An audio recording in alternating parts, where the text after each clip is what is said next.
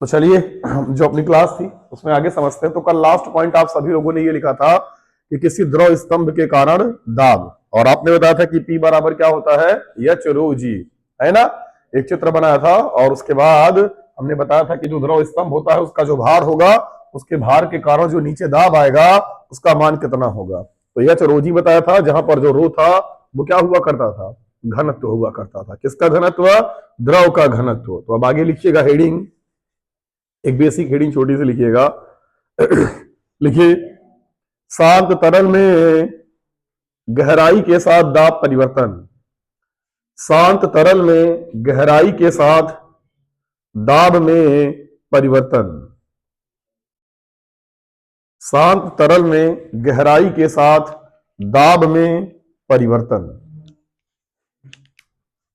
दाब में परिवर्तन। चलिए देखिएगा, जैसे हमारे पास एक द्रव स्तंभ है और इस द्रव स्तंभ का मामला क्या है, देखिएगा।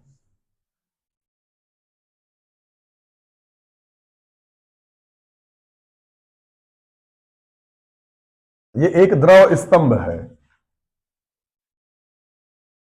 ये पानी के भीतर का हिस्सा है और इसी में हमें किन्हीं दो पृष्ठों पर दाब परिवर्तन का मान निकालना है। कैसे निकालेंगे आइए समझते हैं। ये पानी के भीतर की स्थिति है, ठीक है। ऐसे ही ये है, ऐसे ऊपर ये काफी ऊंचाई तक ये बना हुआ था, ठीक है। अब अगर ये द्रव स्तंभ है जिसकी ऊंचाई सवाल में दिया हुआ है एच, तो हमने बताया था कि द्रव के भीतर दाब चारों ओर से लगता है। आप ये नहीं कह सकते कि दाब किसी एक ओर से लगता है, दाब चारों ओर से लगता है। मैंने दो पृष्ठ ले लिया, एक पृष्ठ ये मैंने 1 लिया, ये एक दूसरा पृष्ठ 2 लिया, अलग अलग तल पे है ना। इस वाले पृष्ठ पे इधर की ओर बल लगेगा और इस वाले पृष्ठ पे ऊपर की ओर बल लगेगा। यानी यहां जो नीचे की ओर बल लगा इस पानी के भार के कारण इस बिंदु पर वो F1 था, है ना। और इस पर जो लगेगा, दबाव बन रहा है ना इससे, तो जो यहां बल लगा होगा वो कितना लगा है, F2। तो एक बार अंदर की ओर और एक कहां लगा है, नीचे की ओर। ऐसे अगर इसको रफ कार्य में यहां पर समझे तो F2 बल जो लगा है वो ऊपर लगा है और F1 बल यहां पर कहां लगा है, नीचे। और इस पूरे द्रव स्तंभ का कोई ना कोई भार होगा और इस द्रव स्तंभ का भार कहां कार्य करेगा, नीचे। तो मैंने लिख दिया M × G। मैंने क्या किया पहले बताओ, इतना समझ में आया कि नहीं आया। मैंने ये कहा ये द्रव स्तंभ है, इसका भार कहां कार्य करेगा, नीचे। इसके तल में ऊपर की ओर नीचे की ओर दबाव लगा होगा जिससे बल आया है, ये बल F1 है और ये बल क्या है, F2। ऊपर वाला बल जो है F2 है, नीचे वाला बल क्या है, F1 प्लस mg। तो F2 बराबर हमने लिखा F1 प्लस mg। अब हमने पढ़ाया है दाब बराबर बल बटा क्षेत्रफल। यानी अगर इस पे हमें बल का मान निकालना है तो आप कह सकते हैं बल बराबर दाब गुणे क्षेत्रफल, कह सकते हैं। तो यहां पर दाब गुणे क्षेत्रफल अगर आप करेंगे तो हमने कहा अगर F1 बल है तो इसके बराबर आप कह सकते हैं P1 और गुणे A। क्रॉस सेक्शन एरिया मैंने इसका A लिया। वैसे अगर F2 का मान लिखेंगे तो ये P2 गुणे क्या देगा, A। तो मैंने यहां पर F2 का मान लिखा P2 गुणे A बराबर P1 गुणे A। द्रव्यमान लिखना है तो घनत्व बराबर द्रव्यमान बटा आयतन। तो द्रव्यमान बराबर घनत्व गुणे आयतन। मैंने कहा इसका घनत्व रो है और आयतन इसका पूरे बेलन का लिखना है, तो रो गुणे आयतन बेलन का, तो क्रॉस सेक्शन एरिया और गुणे ऊंचाई।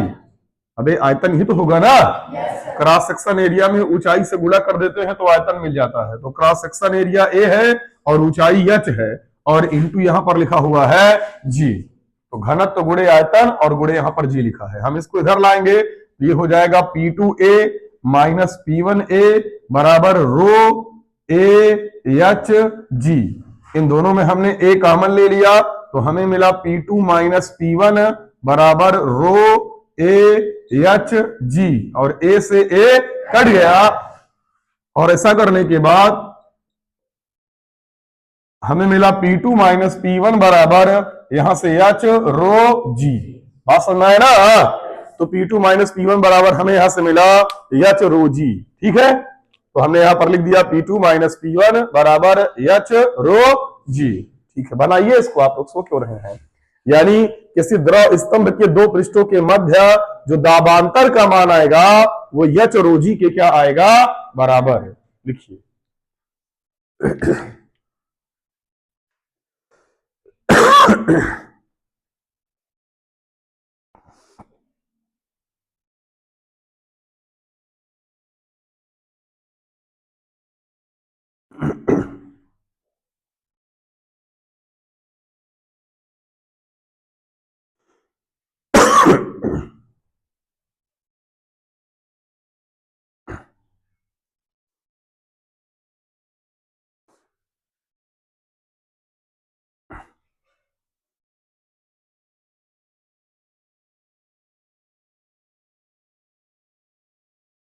लिख लिया।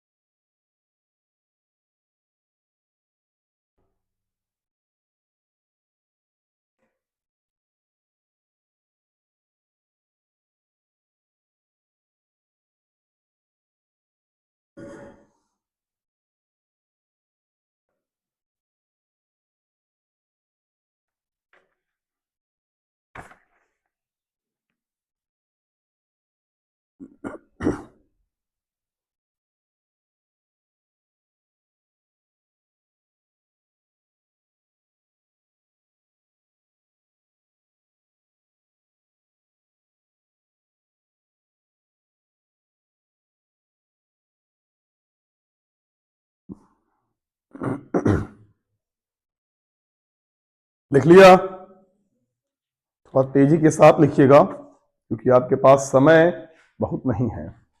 अब इसी में छोटी सी बात और अगर आप इंक्लूड करना चाहें तो इंक्लूड कर सकते हैं। देखिएगा, जैसे जो ये मैंने द्रव स्तंभ में दाबांतर का मान निकाला था उसे हम इस प्रकार भी तो निकाल सकते हैं ना। कैसे निकाल सकते हैं, देखो वो इस प्रकार निकाल सकते हैं कि अगर ये जो पहली वाली सतह है P1 ये ऊपर एकदम चली जाए द्रव के, ऐसे रहे। देखो ये हमारे पास द्रव है, एक स्तंभ है और ये पानी पूरा ऐसे भरा हुआ है। ठीक है ना, जब द्रव एकदम ऐसे भरा हो कि एकदम पूरी सतह तक हो तो जो हमारा फर्स्ट वाला पॉइंट है ये P0 हो जाएगा और जो दूसरा वाला पॉइंट है इसका दाब मैंने P मान लिया। मतलब मैंने क्या किया, यहां पर मैंने कहा P1 बराबर P0 और P2 बराबर P। समझा। अबे ये द्रव स्तंभ हमने हवा के एकदम सतह पर ले लिया तो ऊपर वाला जो दाब होगा वो वायुमंडलीय दाब हो जाएगा ना। yes, तो यहां तू रखेगा तो P माइनस P0 बराबर एच रो जी, और अगर तुम P0 को उधर भेज देते हो तो P बराबर P0 और प्लस एच रो जी। और ये कोई नई बात मैंने नहीं बताया है, कल मैंने ऐसे चित्र बनाया था, अगर आप याद करिए कि अगर ऐसे कोई पानी हो कहीं भरा हो और अगर इसकी गहराई एच हो तो इस पॉइंट पर अगर दाब निकालना है तो आपने बताया था कि यहां पर वायुमंडलीय दाब P0 होगा और प्लस गहराई पर जाएंगे तो एच रो जी। तो P0 और प्लस यहां पर हमें क्या मिला, एच रो जी। पहले बताओ इतना समझ में आया या नहीं आया? पक्का आया ना? अब यहां पर एक बात ये समझिएगा, अब यहां पर इस दाब को कुछ नाम दे दिया गया। क्या नाम दे दिया गया समझो। जैसे कह दे कि हम द्रव के भीतर किसी बिंदु पर दाब, क्या बोला, द्रव के भीतर किसी बिंदु पर दाब और वायुमंडलीय दाब के बीच के अंतर को ही हम बोलते हैं गेज दाब। क्या बोलते हैं? तो गेज दाब एक शब्द है।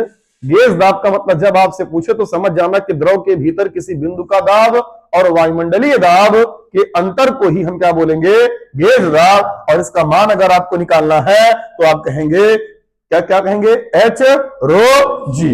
देखो ना, P माइनस P0 बराबर हमें क्या मिला है, एच रो जी। तो इसी को हम बोलेंगे गेज दाब। ये आपने पूरा लिख लिया है, हेरी डालिएगा गेज दाब। मैं लिखा देता हूं, नहीं आप भूल जाएंगे। गेज दाब लिखिएगा, शांत तरल के भीतर,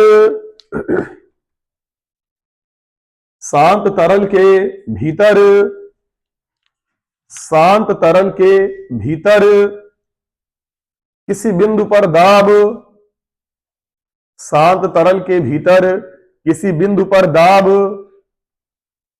तथा किसी बिंदु पर दाब तथा वायुमंडलीय दाब, किसी बिंदु पर दाब तथा वायुमंडलीय दाब के अंतर को,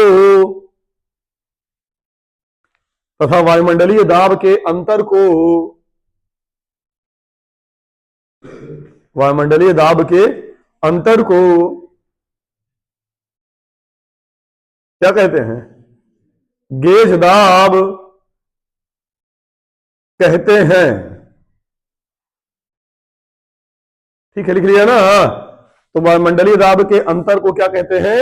गेज दाब। अब फार्मूला उसके नीचे अगर आप लिखना चाहें तो लिख लीजिएगा P minus P not, P minus P not बराबर एच रो जी। तो P माइनस पी नॉट को ही हम क्या बोलेंगे? गेज दाब। इतना समझ आ गया ना कि गेज दाब क्या है? आपने लिख लिया। चलिए, तो P माइनस पी नॉट को ही आपने बताया गेज दाब, और ये क्या है? अच्छे से आपने लिख लिया। एक छोटी सी बात और है, नीचे स्टार बनाइए, लिखिएगा समान क्षैतिज तल में, समान क्षैतिज तल में सभी बिंदुओं पर दाब का मान, समान क्षैतिज तल में सभी बिंदुओं पर दाब का मान समान होता है। समान क्षैतिज तल में सभी बिंदुओं पर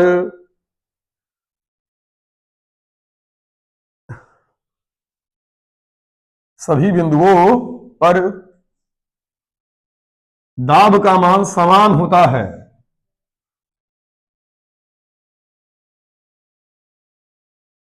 ये हमने क्या बोला? बताता हूं, चित्र बना के समझाता हूं, आपको समझ में आ जाएगा। देखिएगा, सवाल में कह रहा है कि सभी बिंदुओं पर दाब का मान समान किस प्रकार होता है। उसे अगर आप समझना चाहें तो थोड़ा देखिएगा, ढंग से देखिएगा। चलिए देखिए, सभी बिंदुओं पर दाब का मान समान होता है, इसका मतलब क्या है?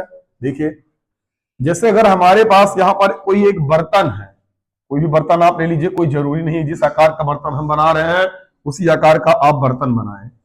यहां पर ऐसे एक आकृति बनी हुई है, थोड़ा आगे जाने के बाद यह आकृति कुछ इस प्रकार है। ठीक है ना? समझ आ रहा है नहीं आ रहा है आप लोगों को? ये ऐसे है, ठीक है, ये बर्तन है, ये एक बर्तन है, इस बर्तन में पानी भरा हुआ है, और जो द्रव भरा है, पानी भरा है, वो कैसे भरा है? ध्यान से देखो, वो इस प्रकार भरा हुआ है। देखो, ये भरा है पानी। अगर ऐसे पानी भरा गया है और हमने कहा कि इसमें विभिन्न बिंदुओं पर आपको दाब का मान निकालना है, तो कैसे निकालेंगे? अगर आप ध्यान से देखिए यहां पे, तो पानी ऊपर जाने पे बढ़ता जा रहा है ना, क्योंकि ये वी टाइप का है। और अच्छा, दोनों मैंने सेम बना दिया है क्या? कोई बात नहीं, तो इसको आप ऐसे थोड़ा बदल लीजिए, इसमें क्या दिमाग लगाना, इसको वैसे कर दीजिए, और ये वाला जो सेक्शन है इसको वैसे कर दीजिए। ठीक है, लीजिए, अब चित्र बन गया एकदम सही।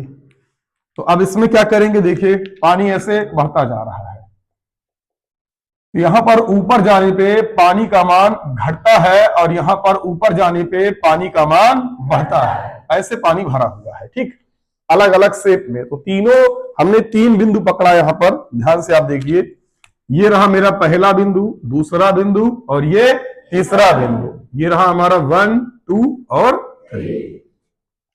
आप 1 वाले बिंदु को देखिए, यहां इसके ऊपर पानी कुछ ऐसे बराबर सा दिख रहा है। यहां पर अगर देखेंगे तो ये ऐसे वी शेप में बन गया है, और अगर आप यहां पर देखिए तो ये ऐसे उल्टा वी बन गया है। ठीक है, अब जब ये उल्टा वी के शेप में बन गया तो देख के ये लगता है, मतलब ऐसा लगता है हम लोगों को देख के, क्या लगता है कि किस वाले पॉइंट पर दबाव का मान ज्यादा होगा?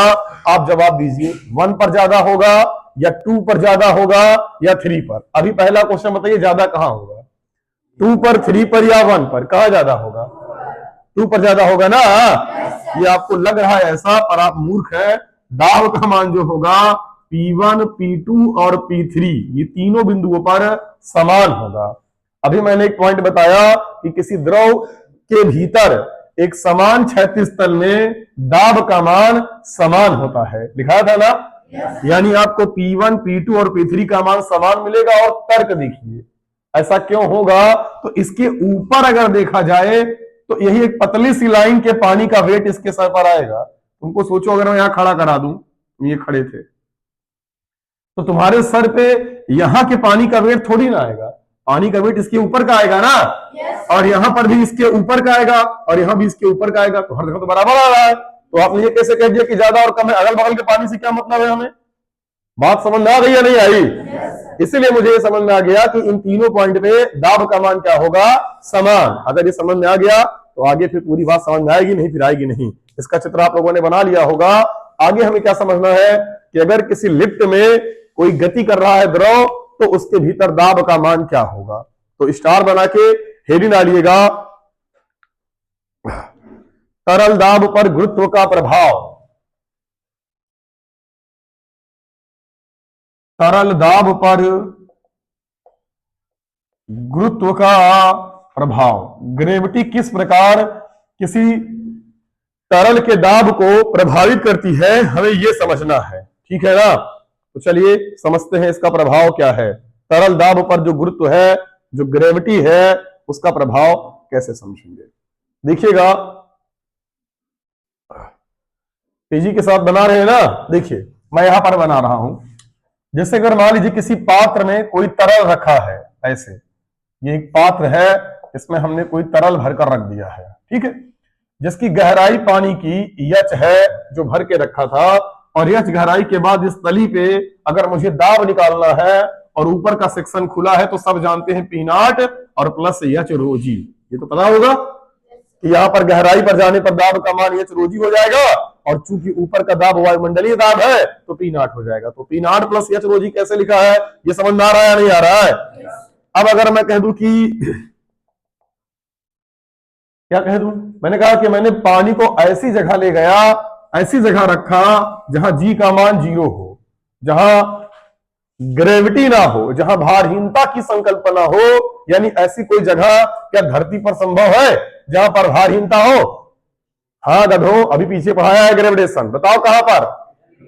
पृथ्वी के केंद्र पर, वहां पर जी का मान 0 होता है। क्या ऐसी और कोई जगह है जहां पर जी का मान 0 होता है? कहां पर? कृत्रिम उपग्रह पर, ठीक है ना। अब आगे चलिए, तुम साले सब के सब उच्च कोटि के नकारे हो, इसमें कोई दो राय नहीं है। तुम साले तुम्हारा जमीर मर गया है, मतलब ठीक है पढ़ने लिखने में मन नहीं लगता, पर इतने बड़े चूतिया क्यों बन गए हो? 20 चक्कर कहा कि साले वीडियो रिकॉर्ड करके डाल रहे हैं, तो कम से कम घर पे जाके 2 की स्पीड में करके एक बार क्लास देख लेना, पूरी आ जाएगा। पर तुमको साले इतना फुर्सत नहीं है कि फ्री फंड का भंडारा चल रहा है, सवेरे उठो, आओ आओ बैठो, भंडारा खाओ और निकल लो। यही करने आते हो तुम सबके सब, ठीक है। मेरा काम अपना जो है, मैं अपना काम ईमानदारी से कर रहा हूं और करता रहूंगा।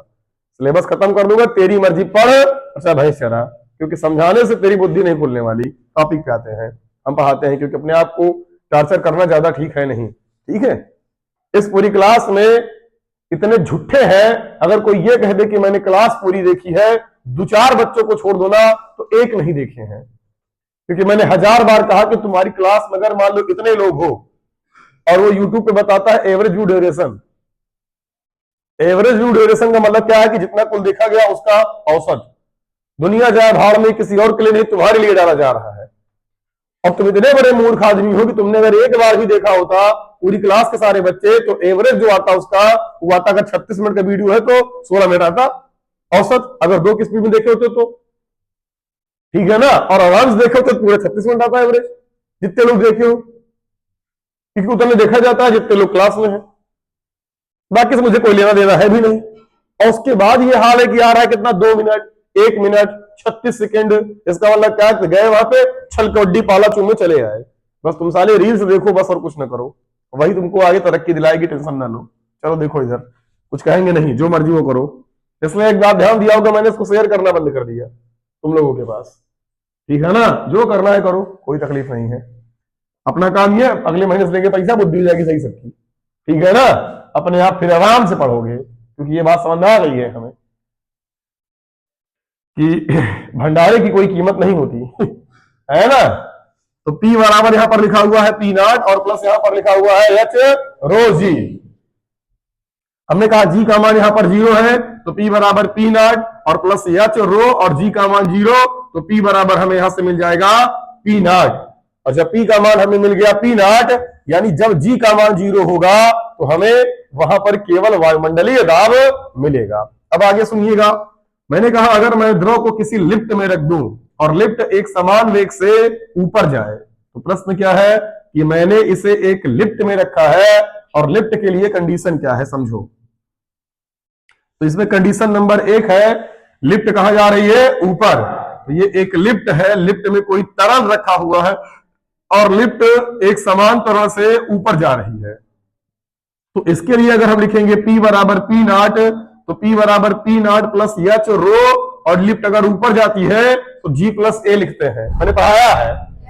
और अगर लिफ्ट यही कहां चली जाए, नीचे, तो यहां लिखेंगे लिफ्ट ऊपर त्वरित है, तो शॉर्टकट में ऊपर की ओर त्वरित है। दूसरी कंडीशन में हमने कहा लिफ्ट नीचे की ओर त्वरित है। जब लिफ्ट नीचे की ओर त्वरित होगी तो P बराबर P नॉट प्लस H रो और यहां पर लिख देंगे G माइनस A। ये तब के लिए है जब लिफ्ट कहां गई थी, ऊपर। ये कब के लिए है, जब लिफ्ट कहां गई थी, नीचे। कंडीशन नंबर 3 इसमें लिख सकते हैं कि जब लिफ्ट एक समान वेग से गतिशील हो। जब लिफ्ट एक समान वेग से गतिशील होती है तो ए बराबर हम क्या ले लेते हैं, 0। तो चाहे लिफ्ट ऊपर जाएगी और चाहे नीचे आएगी, इसका मान होगा P नॉट प्लस H रो G, क्योंकि ए वाला मान तो 0 हो गया। तो यही सिंपल वाला होगा जो ऊपर हुआ करता था। लेकिन अगली कंडीशन क्या थी, यहां लिख दे रहा हूं मैं, कंडीशन नंबर 4। यदि लिफ्ट की रस्सी टूट जाए, यदि लिफ्ट की रस्सी टूट जाए, तो जब लिफ्ट की रस्सी टूट जाएगी तो मैंने बताया था मुक्त रूप से गिरेगा तो ए बराबर जी हो जाएगा। तो P बराबर P नॉट और प्लस H रो ए माइनस यानी G माइनस जी। ये 0 हुआ, पूरा गुणा कर देंगे, सीधे मिलेगा P बराबर P नॉट, क्योंकि रस्सी टूटेगी तो नीचे ही गिरेगा। तो हमें यहां से P का मान मिल गया P नॉट। तो इतनी कंडीशन थी कि अगर गुरुत्व के अंतर्गत गति करेगा तो क्या हो सकता है। सवाल जब मिलेगी आप आसानी से कर लेंगे। मिटाएं इसे हम, आपको इसको लिखने के लिए 30 सेकंड का समय, जल्दी से लिखिए फटाक से। 2 क्लास ऐसी थी कि मैंने ये कहा था घर पे जाके आप इसे उतार लीजिएगा देख के, हम यहां जल्दी जल्दी खत्म कर दे रहे हैं। लाओ कॉपी दिखाओ, लिखियो, उठाओ कॉपी। हाँ हाँ, वो तो हमें पता, वो जो रब भरा होगा वो रब घर पे रखा होगा, पक्की बात है ना। किसने लिखा है, लाओ कॉपी दो। पिछली क्लास, इसके पहले 2 क्लास मैंने कहा था कि घर से देख के लिख लीजिएगा, लिखा है दोनों। वो वाली कॉपी वहां होगी घर पे ना। पूरे क्लास में ऐसा कोई है जिसकी कॉपी नहीं है जो घर पे ना हो। साला कब तक कक्षा 2 वाला बहाना मारोगे तुम लोग। क्यों जी, तुमने लिखा, दिखा कॉपी। नहीं लिखे हैं।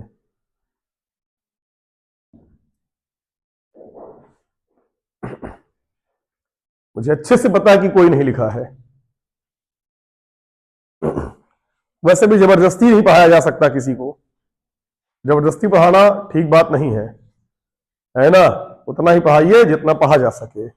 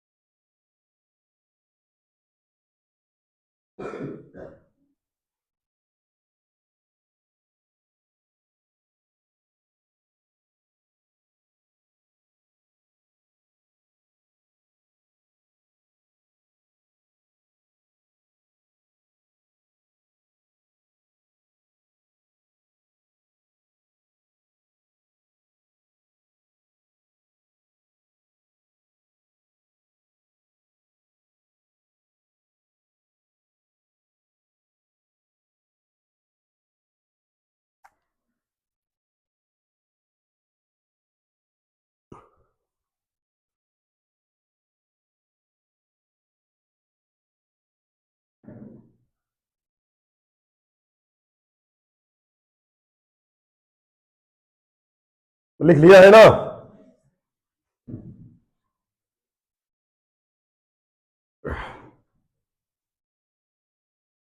चलिए आगे समझते हैं, कुछ बेसिक सी बातें और हैं। तो ग्रेविटी किस प्रकार इफेक्ट करती है दाब को, वो हम सभी लोगों ने देखा। इसके बाद का जो मुद्दा है वो क्या है समझिएगा। हमने बार बार एक बात की है वायुमंडलीय दाब की, कि वायुमंडल के कारण जो दाब आता है उस दाब को हम कहते हैं वायुमंडलीय दाब।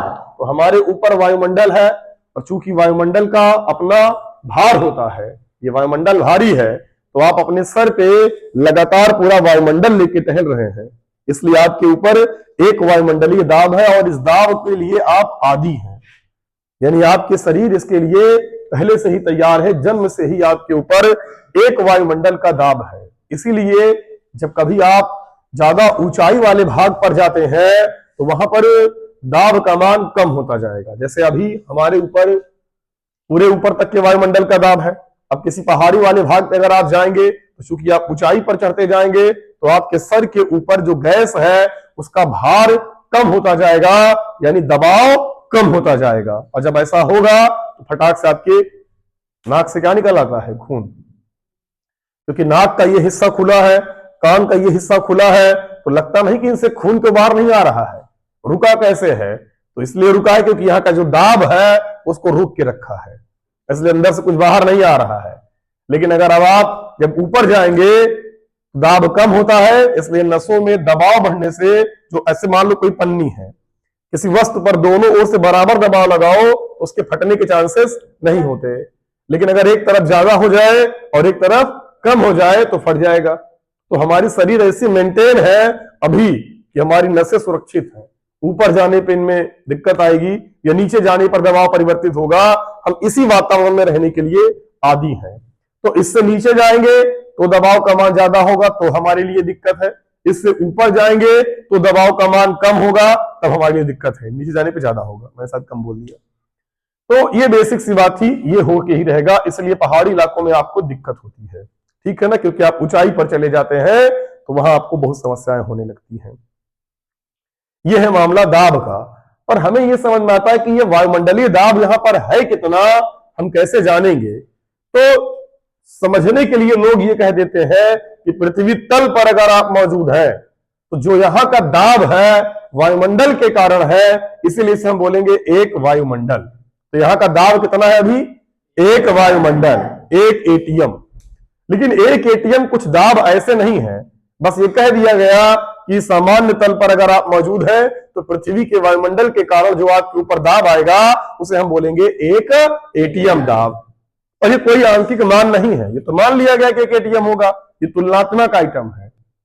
सांख्यिकी तौर पे कितना आएगा ये कैसे निकालेंगे हमें समझना है। जैसे अगर अभी कोई कहने नाप के बताओ कि कितना भार हमारे ऊपर है सर के, जिसके कारण जो दाब आ रहा है उसका एक्चुअल मान कितना होगा, तो क्या कोई ऐसा यंत्र बनाया जा सकता है जिससे कि हम दाब मापें? मैंने आपको बताया था इसके पहले वाले चैप्टर में कि अगर आप बृहस्पति ग्रह पे जाते हैं तो वहां का जो दाब है वो यहां के दाब से 1,00,000 गुना ज्यादा है। यहां का दाब 1 एटीएम है और वहां का दाब 1,00,000 एटीएम है। फर्क समझ रहे हैं? यहां से 1,00,000 गुना का ज्यादा दबाव अगर आपके ऊपर वहां पड़ेगा, और अगर आप वहां चले जाइए तो उसकी सतह पर जब जाएंगे तो गैसीय ग्रह है, तो इतना ज्यादा प्रेशर होगा कि आप सरवाइव नहीं कर सकते, आप ऐसे ही मर जाएंगे, है ना। क्योंकि वहां का दबाव बहुत ज्यादा है। तो जैसे जैसे पिंड बड़ा होता जाएगा और अगर वहां पर वायुमंडल है तो वहां गैसें ज्यादा दूर तक होगी, वहां पे ग्रेविटी का प्रभाव ज्यादा होगा, तो ऑब्वियस सी बात है वहां दाब का मान भी क्या होगा, ज्यादा।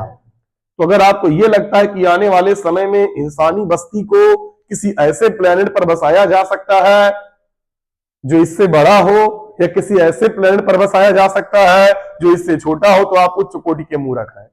तो जो वैज्ञानिक आपको दे रहे हैं चूरन कि आज के बाद कभी ऐसा हो जाएगा कि जाके चंद्रमा पे रहेंगे, जाके वहां रहेंगे, यहां रहेंगे, वो सब मसाला है।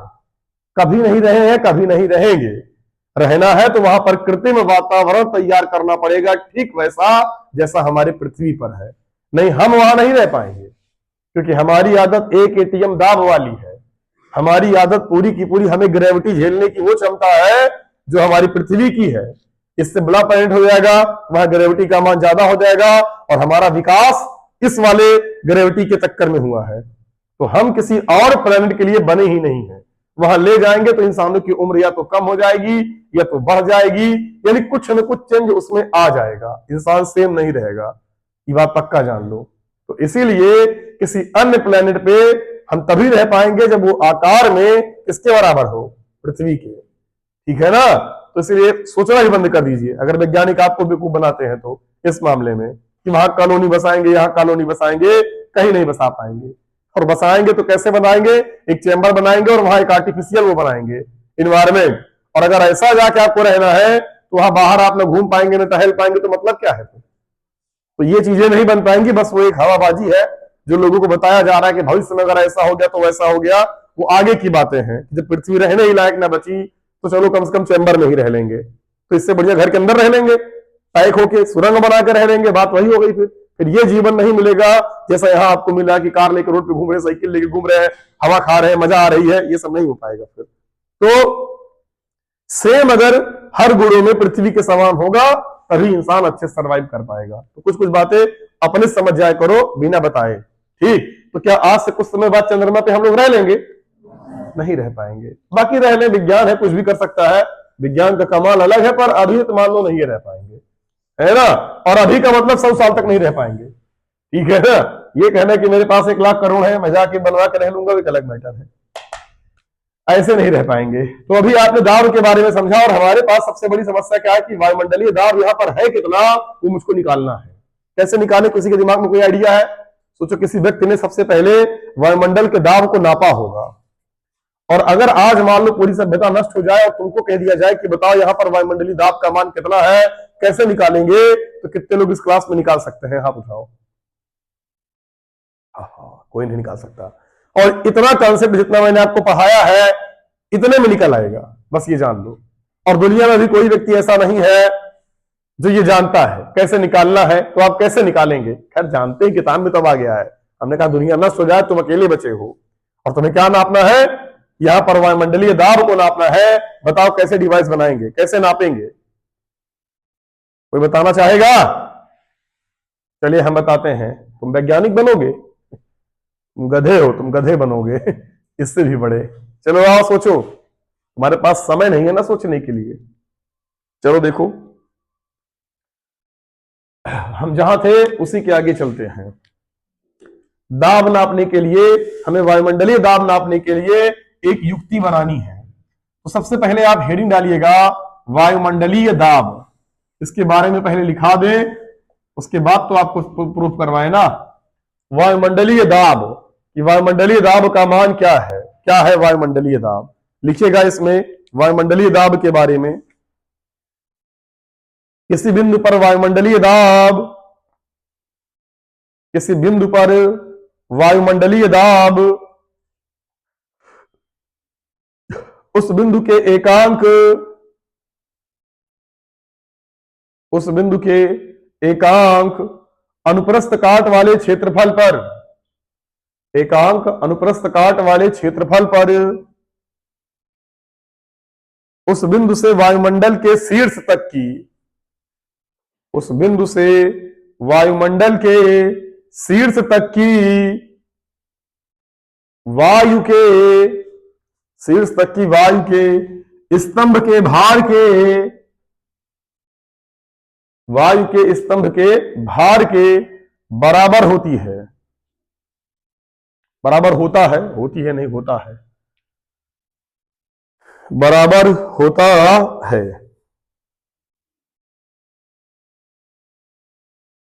चलिए, बराबर होता है तो कोई बात नहीं, समझते हैं।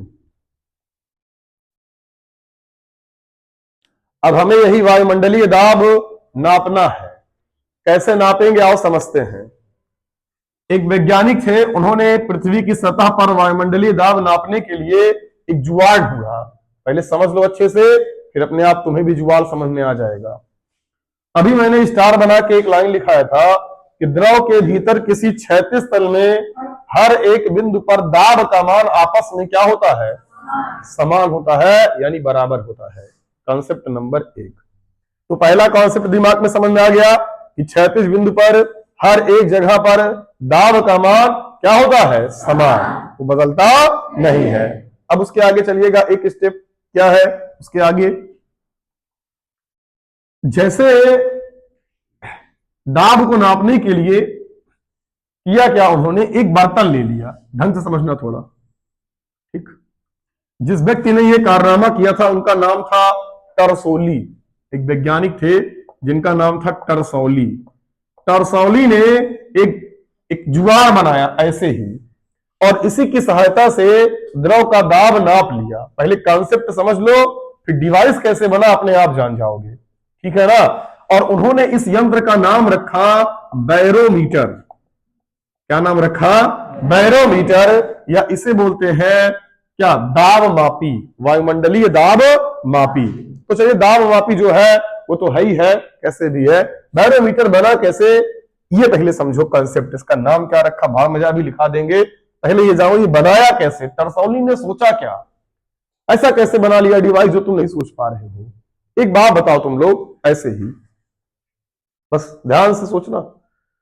अगर दो बिंदुओं पर दाब का अंतर कर दिया जाए, ठीक, जैसे एक बड़ी सी पाइप थी, इसमें पानी भर दिया गया, एक तरफ का दाब कम है और एक तरफ का दाब ज्यादा है, तो आप बताओ पानी किधर जाएगा? बोलो कि किधर जाएगा पानी? ज्यादा दाब से किधर जाएगा? कम दाब की ओर। ये बात समझ में आ रहा है कि नहीं? आधे गधे कह रहे हैं जिधर ज्यादा दाब होगा उधर जाएगा।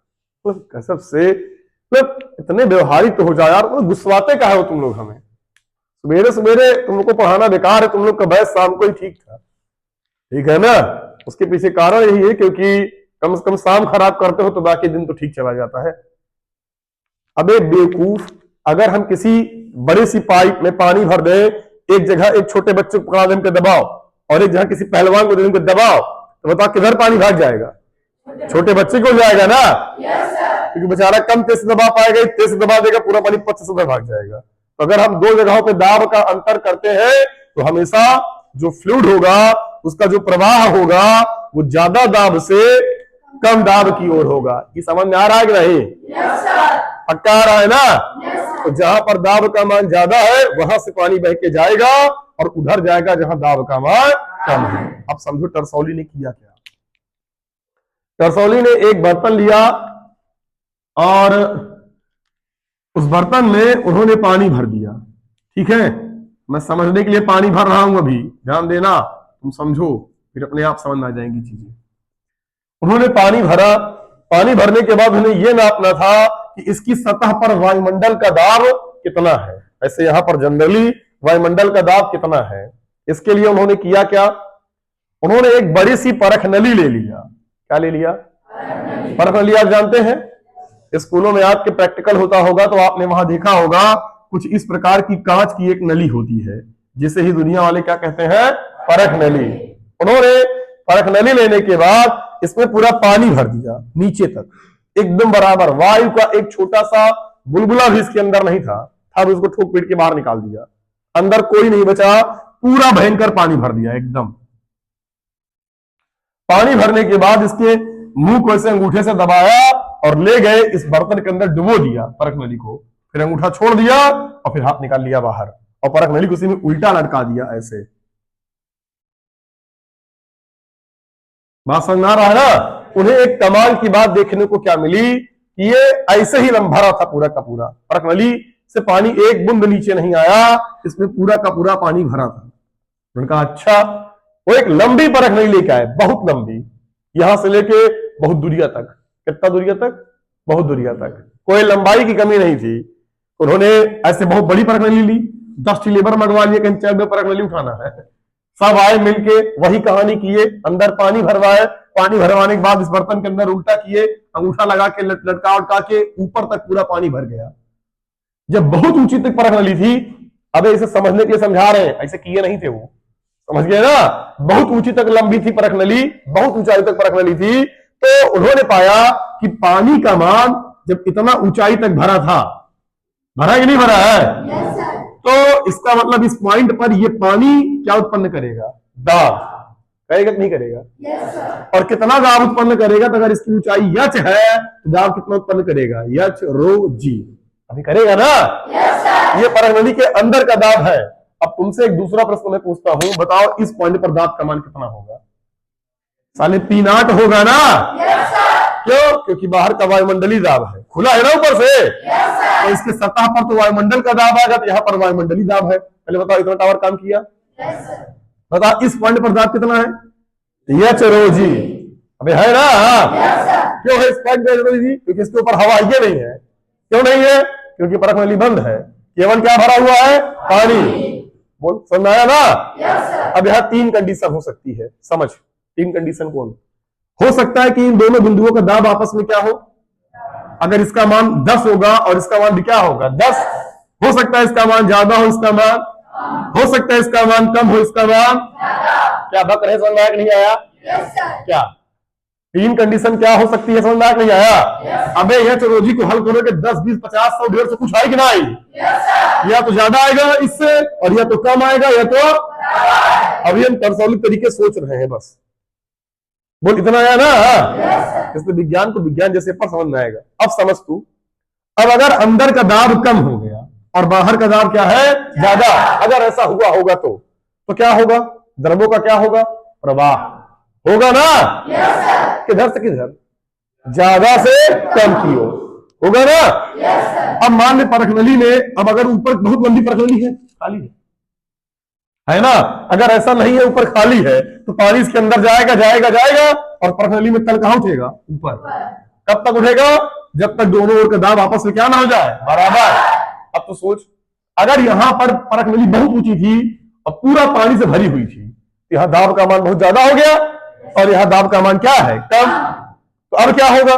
द्रवों का प्रवाह ज्यादा से, तो इसका परख नली का पानी कहां आएगा? नीचे, क्योंकि जितना नीचे आएगा यच का मान कम होगा, तो यहाँ पे दाब का मान उतना कम होगा, और कम होते होते एक समय ऐसा आएगा कि इसका दाब इसके दाब पे क्या हो जाएगा? ऐसे पानी बाहर निकलेगा और दोनों का दाब आपस में क्या हो जाएगा? बराबर। और जब दोनों का दाब आपस में क्या हो जाएगा? बराबर, तो मान लो पानी यहां तक पहुंचा था, परख नली में इतना पानी था, और ये ऊंचाई कितनी थी? यच। अबे थी ना? अब अगर यच ऊंचाई तक इसमें पानी भरा था और परख नली का इस पॉइंट का और इस पॉइंट का दाब आपस में क्या हो गया? बराबर। तो सोच, क्या मैं इसका दाब निकाल सकता हूं कि नहीं? यच स्तंभ के कारण मैं दाब का मान निकाल सकता हूं कि नहीं? किस फार्मूले से? यच रो जी। पढ़ा है ना? इसकी लंबाई कितना है? पटरी लेके आएंगे, नाप लेंगे कि पानी इतना ऊंचाई तक भरा है। घनत्व पानी का हमें मालूम है, जी का मान हमें मालूम है, रख के गुणा भाग किया, मान लो इसको हल करने पाया 100। अभी आता नहीं, 100 नहीं मारेंगे बहुत, हमने मान लिया कितना आया? 100। और अगर ये 100 आया तो ये भी कितना होगा? 100। तो बताओ यहाँ पर जो वायुमंडलीय दाब है आ गया कि नहीं आया? तो तरसौली ने क्या सोचा था और कैसे सोचा था, पहले बताइए, समझ में आया कि नहीं आया? सबको आया ना? क्या किया था? एक परख नली लिया, उल्टा भर दिया, बहुत ऊंचाई तक पानी भरा था, इसको बैलेंस करने के लिए पानी कहां चला आया? नीचे, क्योंकि ये हल करके निकालना आसान है पर ये आसान नहीं है। तो हमने इसके बराबर की एक कंडीशन बनाई और ये दोनों बराबर हुआ, इसका जो दाब आया इस दाब के क्या हो गया? बराबर। हल कर दिया, आंसर मिल गया। तो बैरोमीटर तरसौली ने कैसे बनाया, उसका मेन कंसेप्ट समझ में आया कि नहीं आया? पर तरसौली के पास एक समस्या थी, क्योंकि यहां पर वायुमंडलीय दाब ठीक ठाक मात्रा में होता है जमीन पे, इस पर यानी भूमि पर, सी लेवल पर। अब अगर यह दाब का मान ठीक ठाक है तो इसको बैलेंस करने के लिए जो मेरी परख नली है इसमें पानी बहुत ऊंचाई तक चढ़ जाता है, और इतनी ऊंचाई तक चढ़ जाता है कि परख नली उनको लंबी लानी पड़ेगी दुनिया तक, और लंबी परख नली में पानी भरना, भर के उल्टा दबा के खड़ा करना मुश्किल काम होगा कि नहीं? और वह कांच की परख नली तो और मुश्किल काम होगा। उसमें भी एक क्या दिक्कत है कि अगर कांच में पानी जाता है तो भिगो देता है, तो पानी इसकी दीवार पर लगा रहेगा, बहुत सारी समस्याएं आने लगेंगी। इस समस्याओं से निजात क्या था कि अंदर कोई ऐसा आइटम भरो कि इतना ऊंचाई तक न जाए। इसका मतलब पानी के अलावा इसमें कोई ऐसा द्रव भर दो जो क्या हो, अबे क्या हो, अब अगर भारी होगा तो उसकी ऊंचाई कम होगी ना। तो सोच, अगर इसमें मिट्टी का तेल भर देता, और अगर मान ले पानी गया रहा होगा 50 मीटर, तो मिट्टी का तेल पहुंच जाता 70 मीटर, क्योंकि मिट्टी का तेल हल्का होता है ना बे। तो बैलेंस करने के लिए और पानी इसमें भरता और मिट्टी का तेल भरता। तो अगर अंदर में कोई ऐसा आइटम भर दूं जो भारी है, तो इसका मतलब वो ज्यादा ऊपर तक जाता या कम ऊंचाई तक? शहद भर देते तो कम ऊंचाई तक जाता ना। तो हमें बड़ी परख नली का इस्तेमाल ना करना पड़ता, छोटी परख नली का इस्तेमाल करना पड़ता। तो अचानक उनको पता चला टरसौली को कि बच्चा इसका मतलब एक काम हो सकता है। बोले क्या? इसके अंदर हम कोई धातु भर दे तो, क्योंकि धातुओं से ज्यादा भारी तो कुछ होता ही नहीं है। तो उन्होंने कहा कौन सी धातु भर दे? बोले ऐसी धातु भरो जो द्रव अवस्था में पाई जाती हो। चलो बताओ, द्रव अवस्था में पाई जाने वाली भारी धातु का नाम बताओ क्या है? पारा। सुना है ना कि पारा भारी भी होगा और धातु भी है और द्रव अवस्था में भी है। अगर तुमको हम एक गिलास पारा दे दे और एक गिलास पानी दे दे, उठाना पारा बहुत भारी होगा। अगर एक गिलास होगा ये मान चलना 5-6 किलो का हो जाएगा, और एक गिलास पानी होगा तो 100-150 ग्राम का होगा। पारा को मैंने एक बार उठवाया भी है तुम्हारी क्लास में, बच्चा कोई लेके आता था एक बोतल में भर के। पहले बता, इतना समझ में आया कि नहीं आया? इसीलिए उन्होंने क्या किया कि इतनी बड़ी परख नली का इस्तेमाल करना पड़े, तो अपने प्रयोग में पानी को निकाल के बाहर फेंका और इसके स्थान पर क्या भर दिया? पारा। देखिए टरसौली ने क्या बनाया और कैसे बनाया। अब देखो, अब नया मामला, फिर से समझो, समझ में आएगा। चले, तो टरसौली ने क्या किया, एक बर्तन लिया, समझ। तो टरसौली ने एक बर्तन लिया, बर्तन में बता क्या भरा? पानी भरा या पारा भरा? क्या पानी भर सकते हैं या नहीं? अब ये सी बात है, भर सकते हैं, दारू भर दो। लेकिन भरा क्यों नहीं मालूम है? नहीं क्यों नहीं भरा? अबे बैलेंस करने के लिए परख नली लंबी चाहिए ना। और लंबी परख नली कांच की मैनेज करना, उठाना, प्रैक्टिकल करना कठिन काम है ना। इसने क्या भर दिया? पारा भर दिया। चले आगे देखो, तो इसमें पारा भर दिया भैया, पारा पारा, इसमें पारा हमने भर दिया। कोई समस्या? देखो इसको ढंग से समझ लो, महसूस कर लो। नहीं रट्टा मारते हैं बच्चे, रट्टा मारते हैं, ना समझाने वाला समझा पाता है और ना बेचारा बच्चा समझ पाता है, बस काम चलाओ आगे बढ़ जाते हैं। मैंने बहुतों को देखा है ऐसे, ठीक है ना। मैं सबको तो नहीं कह रहा हूं, पर ये मान लो कि 70% पब्लिक पागल है। इसलिए पागल है मैंने बताया ना, क्योंकि सबको पढ़ने का मतलब वही तुम्हारा वाला पढ़ना होता है कि सब आ रहे हैं फॉर्मेलिटी अदा करने। फॉर्मेलिटी अदा करने का मतलब कि दुनिया पढ़ती है, कोचिंग जाके मैं भी पढ़ूंगा। तो अगर ये वाली आप पढ़ाई कर रहे हैं, जो कि सभी कर रहे हैं, तो फिर आप बुरे हाल में हैं। तो कम से कम टॉपिक को क्लियर रखें, अच्छे से समझे रहें, गलतियां होने के चांसेस आपसे ना हो। देखिएगा किया क्या, उन्होंने ऐसे परख नली लिया, और आपको तो समझाना भी खतरनाक लगता है हमें, क्योंकि हर रोज तो समझाना पड़ता है। ये हमारे पास एक परख नली है,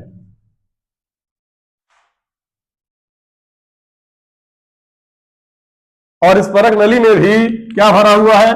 पारा। पूरा ऊपर तक भरा था, पूरा ऊपर तक बंद करके मुंह इसका यहां तक भर दिया था। चूंकि ये भारी है, बहुत भारी है, तो यहां का दाब क्या हो जाएगा? ज्यादा। तो इसको बैलेंस करने के लिए इस बिंदु से ये पारा कहां उतरेगा? नीचे। और कब तक उतरेगा? जब तक दोनों का दाब आपस में क्या ना हो जाए। तो हमने कहा उतरते उतरते मान लो यहां तक उतर के नीचे आया, और जो ये ऊंचाई है वो कितना है? एच। और ये दोनों बिंदुओं का नाम रख दो ए, और इसका नाम क्या रख दो? बी। तो मुझे पता है कि अगर ये उतरना बंद हो गया, इसका मतलब जो पीए होगा वो पीबी के क्या हो गया? अगर ए वाले पॉइंट पर दाब निकालेंगे तो ये क्या है? पी नॉट वायुमंडलीय दाब है, और बी वाले पॉइंट पर है एच रो जी। बोलो ना कि कैसे आया, समझ में आया कि नहीं आया? तो इस पॉइंट पर दाब हो गया एच रो जी, ठीक है। तो ये एच रो जी हो गया और ये पी नॉट हो गया। तो पी नॉट बराबर, अब एक बात समझो, जो एच का मान है इसको कैसे निकाला होगा? जहां तक पानी रहा होगा पटरी लेके क्या किया, नाप लिया। तो हमें मालूम चला कि जो इसका मान है वो है 76 सेंटीमीटर। अगर पारा भरते हैं तो पारा 76 सेंटीमीटर ऊंचाई तक जाता है। समझ गए? कितना? यानी एक वायुमंडलीय दाब को बैलेंस करने के लिए हमें कितना सेंटीमीटर लंबाई का पारा चाहिए? 76 सेंटीमीटर। अगर परख नली में 76 सेंटीमीटर ऊंचाई तक पारा भर देंगे वो कितना दाब उत्पन्न करेगा नीचे? एक वायुमंडलीय दाब। तो कई बार लिख देगा एक वायुमंडलीय दाब बराबर 76 सेंटीमीटर पारा। इसका मतलब 76 सेंटीमीटर पारा दाब का मात्रक उतरक नहीं, पगला मत जाना। उसने तुमको प्रैक्टिकल करवा दिया सवाल में। उसने ये कह दिया कि अगर एक वायुमंडलीय दाब उत्पन्न करना है तो पारा लेके आओ और कितना ऊंचाई तक भर दो? 76 सेंटीमीटर। समझ गया ना?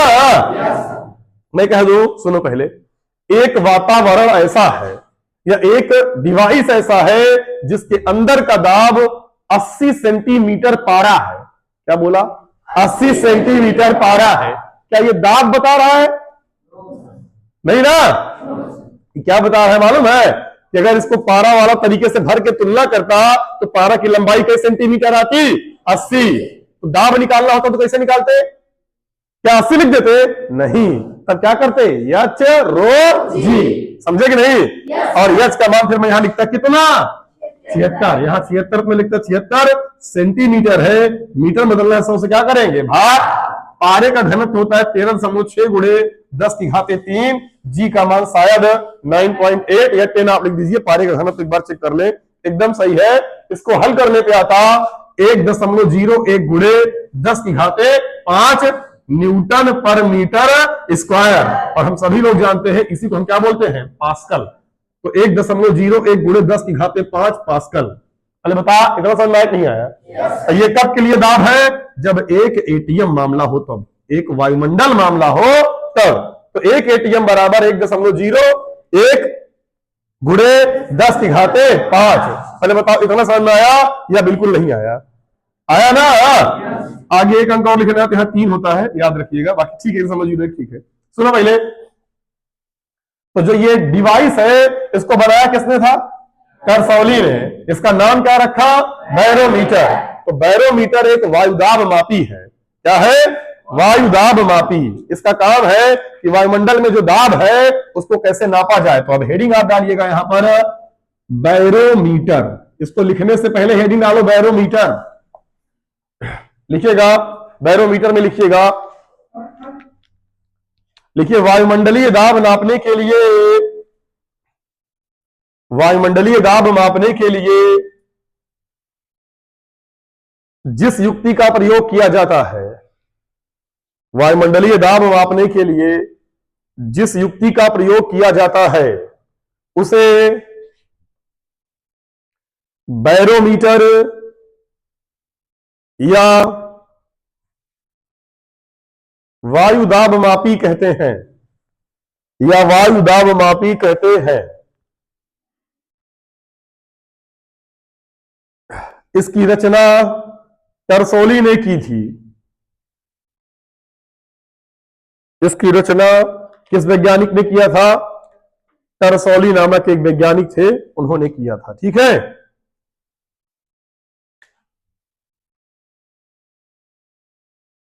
चलिए, तो इतना आप लोगों के समझ में आया होगा, मुझे तो यही लगता है। अब आप लोग जानिए,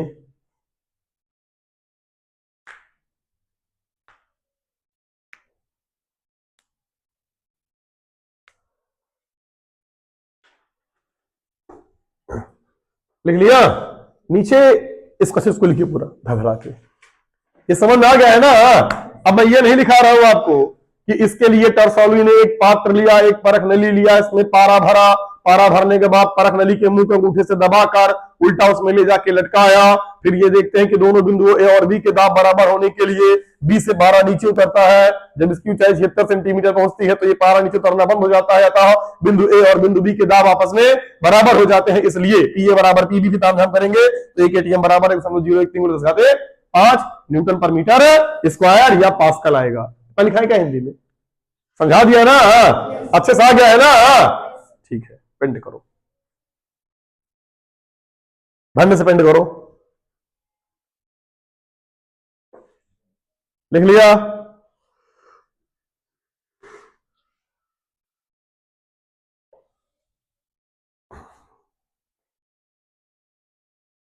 ठीक है,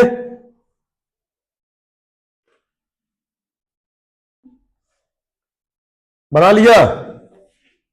अगर बना लिया है तो नीचे एक पॉइंट और बनाइएगा।